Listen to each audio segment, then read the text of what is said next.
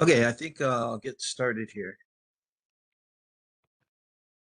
And just to let you know, I also have Lisa Mott.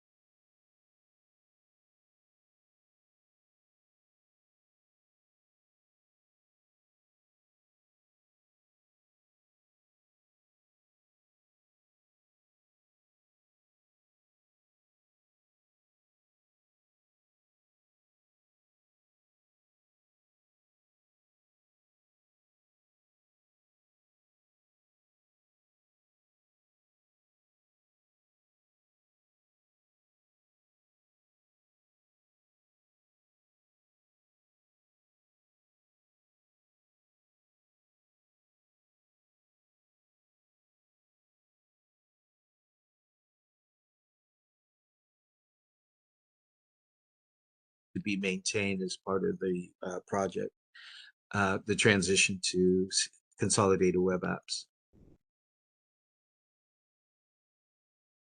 So change management and user experience are really key here. Um, the primary task is revising all documentation related to navigation. So I know that it may include training materials, it could include job aids, certainly test scripts, um, and you want to have essentially a communication campaign that kind of prepares the user community that this change is happening. And the Infor mapping documents are available. They're in the uh, uh, office hours for consolidated web apps. And that'll help to increase the user's knowledge about the changes. So what that means is, so for instance, under resources for an organization I'm working with, we have job aids and steps documentation. We have train materials and resources. We have videos on navigation. And we have also resources regarding getting to reports.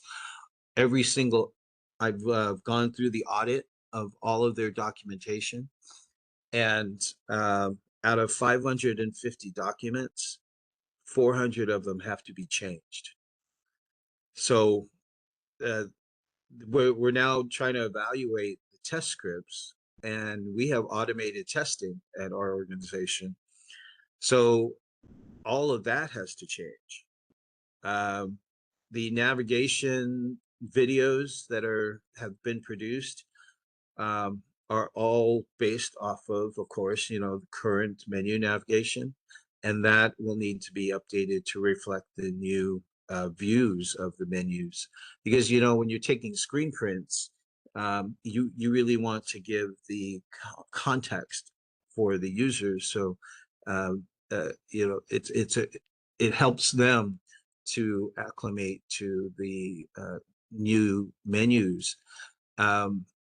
So here's kind of the list of all the job aids and training guides. So I did what the system was, what the role uh, was, the process and task that was identified, and as well as whether it was a job aid or a step document. Now, the step document, they were based off of what was formerly called the implementation accelerator, and those were provided by Infor. As far as I know, those have not been updated. And if there's anyone from Infor on this call, if you could help to find out whether the test scripts will be updated in order for this transition to be a little bit better for the clients. Then I also identified the impact of that document. Now, if there were paths, navigation paths in the document, then yes, there's an impact because we have to change it. In some cases, like the whole approver process, none of that is changing. There's no change for what the approvers see. So there's no impact. So this is a good document to be able to pull together for your teams to identify or because you have to find somebody in your organization to now go through and make all these changes. The mapping documents, this is, I created a kind of a revision of the mapping document. The navigation of the before consolidation and after consolidation, all of this has been provided by Infor. But I have a single document that now contains all of the roles and then the mapping to the consolidated web app. So what that looks like is, this is the payables invoice processor role, the existing navigation, and then the payables module now shows what the navigation should be. So as you can tell, everything has changed. The the changes, if if you want to be accurate and provide the user community the information that needs for them to be successful, you're going to want to use these mapping documents to then update all the information regarding the paths. And so here's the payables invoice processor web app. And so as you notice, there's drop down or expanding menus with the current menu navigation. All of that has been changed so that instead of an expanding menu, there's now going to be pages with the links. So here's the payables invoice processor create invoice landing page. So create invoice, and so there's no so this is what you see today. So here's the payables payment processor web app, and this is changing the look and feel. And in order to perform cash requirements, you click on perform cash requirements, and then you go over to the dashboard and you click. So that is what they see today. And then the landing page, this is what they want to get to, is perform cash requirements. So now we look at, here's the menu consolidation. They've taken payables administrator, invoice processor, payables manager, payment processor, vendor specialist, and created payables. So here's the payables consolidated web app. Click on invoices, create an invoice, and here's the landing page. There's no change to the landing page. So I want to be clear. The landing pages are not changing. The final target of what a user is trying to get to, forms, reports, jobs, those are not changing. It's just the navigation to those pages. So here's the payments page. And so payments, then they're going to click on perform cash requirements, and no change to the landing page. So seems pretty intuitive that somebody could find it, right? Very easily. But there in some cases, like payment inquiry, I think you have to click 6 times through the menu in order to get to payment inquiry for a search. In the new payables process, it's only 3. So it's a unified menu interface, simplified navigation, and really, I do believe it's an enhanced user experience. Now, the key thing here is, how do you go from where you are today to communicating this and ensuring that the user community's impact on April 20th is going to be seamless. So you want to ensure potentially that, there's hands-on training. Now, if you're a very large organization, that may not be possible except through, providing the documentation that needs to change. But you will have what I say 100% user adoption, because it impacts every menu navigation path in the cloud suite. And your support access, the IT team typically really needs to have a good handle on these changes, and they need to be able to support the user community as best as possible. So it's, usability starts with IT understanding all the changes and then being able to communicate and then be available to support the users during this transition. Now, the reason I talk about phase testing, because this is large, right? This impacts every role and in the organization. The testing platform testing this should probably be done in stages, allowing a gradual adjustment.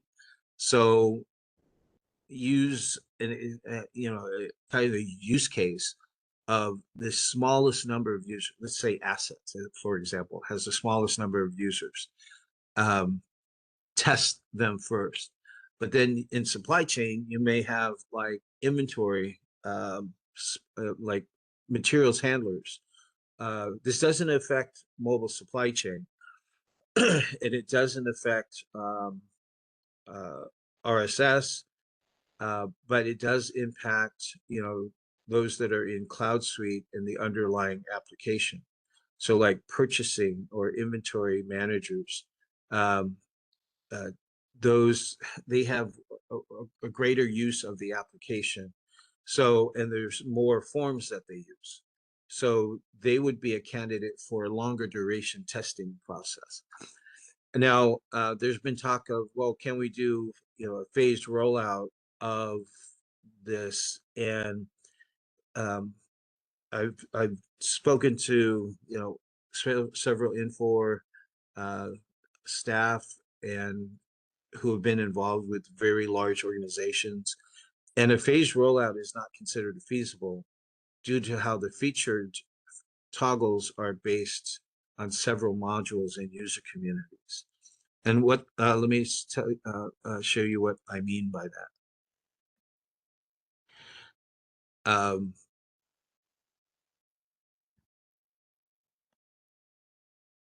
So this is the phased rollout that was provided, by Infor. Um, there's 3 phases, and then there's essentially kind of like a phase 4. And they all will go live on April 20th, except for requisitions, which will go live on October 2026. So let's say I wanted to just go live with the assets consolidated web app. Well, I have to enable the toggle for phase 1. But when I do that, I'm going to enable receivables, purchasing, projects, payables, match, inventory, and contracts as well. So if I just want to do, let's say, a phase rollout of January of the assets, well, essentially, inventory and contracts will also uh, be rolled out. And what they'll see is inventory and then inventory manager within the same menu. And that is, and they won't have an opportunity to, get acclimated to how the uh, user the use case is for their module. But if I want to, let's say, test or roll out inventory, well, as you can see, inventory is in phase 1 and it's in phase 2, because inventory intelligence is in phase 2 and item lifecycle is in phase 2. So if I were to consolidate, or let's say roll out individual modules, I really can't, because the way that the phases are enabled, I would be rolling out everything, even though I only intend to roll out, let's say, receivables. So it's not necessarily feasible. And I would say this for very large enterprises and large enterprises. For smaller enterprises, yeah, it's feasible. I've heard, that it can be done. But again, you have to look at the size of your organization and the impact of the changes.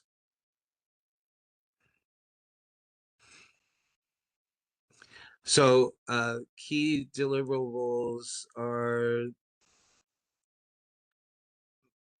again, there are tasks for making changes, and your deliverables are, let's just say, okay, all the training materials have to be updated. All of the job aids have to be updated. Well, the deliverables is that, the changes are complete. And you want to have clear milestones in terms of being able to, have checkpoints for for your projects to ensure that the uh, you're meeting this deadline, because again, April 20th is going to happen for every client in Cloud Suite.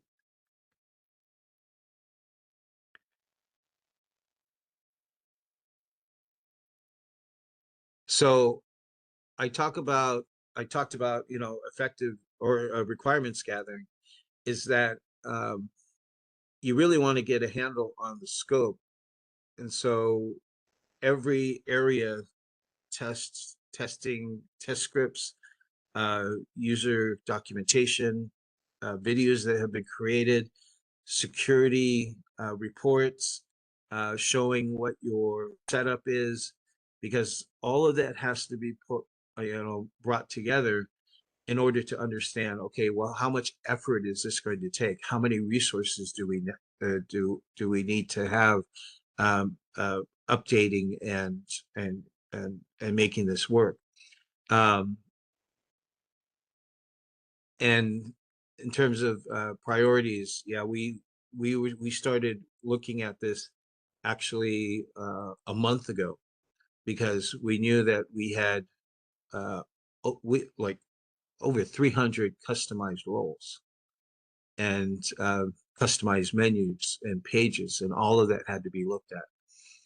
So planning and design, uh, looking at a sprint structure, prototyping and user testing, and change management and training. Key emphasis on how do we plan for this. So we have a 5-week development sprint, and we looked at a number of roles to change over each week. Now, consider we have over 500 roles. We were looking at 100 roles per week to update. Supporting materials, we are just gathering. We're going to find out how many test scripts and automated test scripts that we need to update. Um, the job aids, we have 450 job aids, or actually steps, job steps, documentation that we need to change. And as we get closer to the go live, we will have daily stand-ups to ensure that all of the information that is user-facing is correct. And then we have a 4-week testing sprint, multi-tier testing with different personas, and we continually to work through ensuring that the mapping is correct and that the users are able to get to the landing pages for their expected behavior. A 4-week training rollout. And these are effectively, um, they're overlapping. So we have a 4-week training schedule, um, and we want to make sure that this training is effective. And the examples that I showed, well, that seems pretty easy and somewhat intuitive until you get to all of the areas that a person has to work in. And then that's where you find out, oh, they're not supposed to have access to this particular uh, menu item, or maybe they're missing a menu item that they should have access to. So we're wanting to make sure that the user is will remain effective, and deployment timeline and launch. So a week prior to the April 20th go live, we want to make sure that everything is prepared and that we have a big bang launch and support and a large amount of communication. So based on some history of what we know of other companies that have gone through this process, is that uh, there there have been a need to really provide support to the user community. Um, they've required significant handholding um, to get through and try to get their jobs done. So I call that kind of like hypercare, because you want this transition is such that everyone's affected, and you want to have a time frame. Now I'm saying 60 days. So from April 20th, let's say maybe May 31st, you go back to business as usual where you have regular support. But during that time frame of April 20th to the end of May, that your IT support team is really uh, on available to the user community. So this is what I was talking about in terms of the level of effort. Um, you have small, medium, large, and very large enterprises. I'm currently working with a very large organization. Um, core users greater than 2,000, customizations greater than 350, job aids greater than 500, test scripts greater than 500. So we believe the functional team, which consists of all of the uh, uh, super users and the uh, the leaders of those organizations, they're going to have to spend greater than 500 hours working through and working with the users. And these hours also include the UAT effort. And then on the technical side, so really the technical side, the UA access control to me is like a really great tool. Um, it actually is intuitive. What makes it a challenge is that you now have to do a like for like in some cases of the UI access control to a customized security role. And so that's where the security customization, since we have made greater than 350, we're looking at over 200 hours of technical work to ensure that those security customizations ensure a like for like experience. Project management and executive management hours are also shown. So hopefully this gives you an idea that based on the size of your organization and scope of your Consolidated Web App project, that this will be something that uh, you can manage. And here's kind of a project timeline. So let's say we start December 8th, maybe we've already started, but there are 4 months and 12 days between December 8th and April 20th, effectively 17 weeks. Um, initiation phase, of course, is putting together the team. This discovery phase is essentially working or installing a tenant that has consolidated web apps and allowing your super users to be a part of the requirements gathering to help identify scope. And so you create this vanilla tenant with consolidated web apps so they can see the application based off of their persona, though. You don't want anybody that has like administrator access looking at this, because what they're going to see is everything. You really want to have persona logons so that they're only seeing what it is that they should be seeing. And then planning and design, development, testing, and training are overlapping.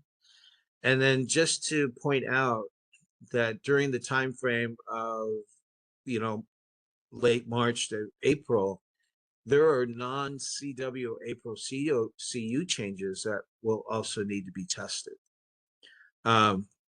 So the April CU is a significant change in the application from the menu navigation perspective, but there are also non-CWA April CU changes. So I've gotten this question, well, what if we don't do anything? I don't think that's a good approach. And again, that's because the change to the UI experience impacts all of the core Cloud Suite user community, and except RSS approvers, and I would say also mobile supply chain. UI access control, while an easy tool, requires analysis to align with the security configuration. Security layer customizations require analysis to ensure like-for-like transition to UI access control setup. And every path to the user's work landing page has changed. Again, the landing page has not changed, but the path to the landing page has changed. Custom menus, pages, bookmarks, links need to be validated to see if they're still relevant. And if they still are, that your customization on the UI access control also is in alignment with the custom menus and pages. And then all documentation with the navigation path needs to be updated. And then, of course, any change to the application requires testing and training.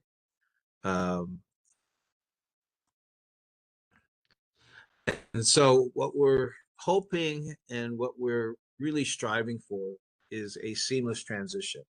And what that really means is that you need to have like great planning and get your head around what the scope of the project is. I'd say rigorous testing, and hopefully that will help to drive uninterrupted continuity, so that when April 20th happens, everybody's prepared and able to effectively use the system as they are now. So in conclusion, we want to optimize the user experience, ensure policy compliance, and enhance operational efficiency with the consolidated web apps. And then if you have any questions, you can reach Guy Henson, or VP of Business Development. And then I'm happy to provide any answers that you may have. I think a large amount of the questions that I've received over the past 2 months are really around just understanding, first of all, what consolidated web apps means, and then creating a commitment from the organization to be able to make this transition. Yeah, thanks, Tim. This is Guy Henson. Appreciate everybody jumping on the webinar today. I'm going to be following up with everyone with a email, a copy of the PowerPoint, and also a link to the recording. Be more than happy to set up a time to speak with anyone one-on-one at any point in time, and I'll lay that out in the email. But expect an email from me in the next couple of days, again, as a follow-up here. And again, we're happy to chat in more detail one-on-one with you and your internal team to get ready to address this very important update that's coming next year. Lisa, do you have anything to add? I don't. I think you did a great job covering it. Thanks. Do we have any questions? I don't think they can either use the chat box or take themselves off mute, can they? Oh.